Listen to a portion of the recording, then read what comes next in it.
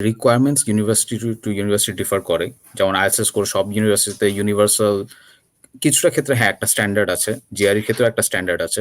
কিন্তু ওইটাই মেইন আ রিকোয়ারমেন্ট আমি বলব না। সাধারণত আমরা আশা করি যে আমাদের একজন ফান্ডিং এর জন্য আমাদের আসলে এটা খুবই কম্পিটিটিভ একটা বিষয়। একটা প্রোফাইল থাকতে হয় যেটা হচ্ছে গিয়ে আমাকে আসলে এই কম্পিটিশনে সবার আগে এগিয়ে রাখবে। অনেকেই বলে যে জিআরই থাকতে হয়, অনেকেই বলে জিআরই না থাকলেও হয়।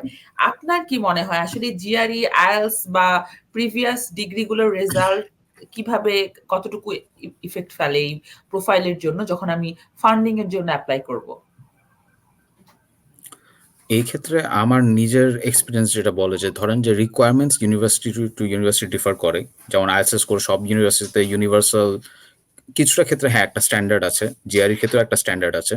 কিন্তু ওইটাই মেইন আ রিকোয়ারমেন্ট আমি বলব না। মানে ওইটা অবশ্যই একটা রিকোয়ারমেন্ট, একটা স্ট্যান্ডার্ড আরকি যেটা ইউনিভার্সিটি সেট করে যে আপনি এখানে এপ্লাই করতে পারবেন নাকি না। এটার পরে ডিপেন্ড করে যে ধরেন যে কি মানে পিএইচডির ক্ষেত্রে আমি যেটা নোটিস করেছি যে আ আপনার অ্যাকচুয়াল এসওপিটা আমার আমার কাছে আরকি আমি যদি মানে ফোকাস রাখি তাহলে এসওপিটা অনেক বড় একটা ফ্যাক্টর। কারণ ধরেন যে এসওপিতে আপনি যদি অ্যাকচুয়ালি আপনার প্যাশনটাকে ঠিকমতো আরকি এক্সপ্লেইন করতে পারেন যে হ্যাঁ, আমি পলিটিক্যাল সায়েন্সের এই অ্যাসপেক্ট বা এই রিসার্চ করার জন্য আমি খুবই উৎসাহিত এবং আমার মনে হয় এই ইউনিভার্সিটির এই প্রোগ্রামটা এটা নিয়ে কাজ করে যেটা আমি রিসার্চ করে জেনেছি এবং আমার মনে হয় আমি এই প্রোগ্রামটার জন্য পারফেক্ট ফিট। তারপরে আরকি আমি এপ্লাই করতে পারি এবং সেটা যদি আমি ওদের কাছে প্রুফ করতে পারি তাহলে সেটা আরকি অন্যতম একটা আরকি প্রাইমারি ফ্যাক্টর। অন্যান্য ফ্যাক্টর গুলা অবশ্যই আছে। কিন্তু সেগুলো আরকি কাইন্ড অফ আরকি ফিল্টার করার জন্য যে ধরেন যে কারা এপ্লাই করতে পারবে এবং এপ্লাই করার পর বাছাই করা যে কে এগিয়ে আছে অন্যান্য সব ফ্যাক্টর গুলাতে। এমনও হতে পারে যে ধরেন যে আপনি অন্যান্য ফ্যাক্টর গুলাতে হয়তো খুব এগিয়ে নেই কিন্তু তাও আরকি আপনার এসওপিটা এত আ প্যাশনেট হয়েছে বা এত ভালো হয়েছে যে এত ভালো রিজনিং আপনি দিয়েছেন যে আপনাকে তারা গ্রহণ করে নিচ্ছে। মানে এখানে প্যাশনটা আমি বারবার এক্সপ্লেইন করতেছি এটা খারাপ মানে ভুলভাবে নিবেন না। এটার আরেকটা ব্যাপার হলো যে ধরেন যে মানে আপনি খালি যদি ক্লিশেড কথাবার্তা লেখেন যে হ্যাঁ, আমি পলিটিক্যাল সায়েন্সে খুবই উৎসাহিত। পলিটিক্যাল সায়েন্স ছাড়া আমার চলেই না জিনিসটা এমন না।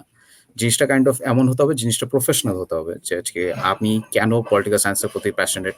পলিটিক্যাল সায়েন্সে এখন পর্যন্ত আমি কি রিসার্চ যদি নিজে না করে থাকি, আমি কি রিসার্চ দেখেছি বা কি রিসার্চ বুঝেছি সেটা আমার সাথে যাচ্ছে নাকি না বা আমি ওইটা কতটুকু বুঝে আরো আরকি এগিয়ে নিয়ে যেতে পারি, সেটা আপনাকে এসওপিতে এক্সপ্লেইন করতে হবে।